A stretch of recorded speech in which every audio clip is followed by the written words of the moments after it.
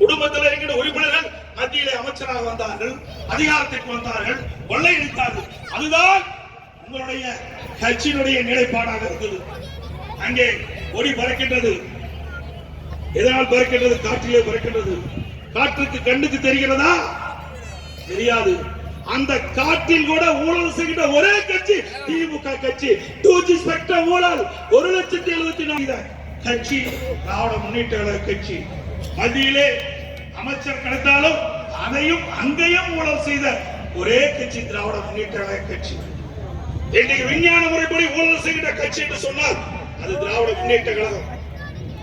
இன்னைக்கு சர்க்காரிய கமிஷன் தெளிவுபடுத்தது.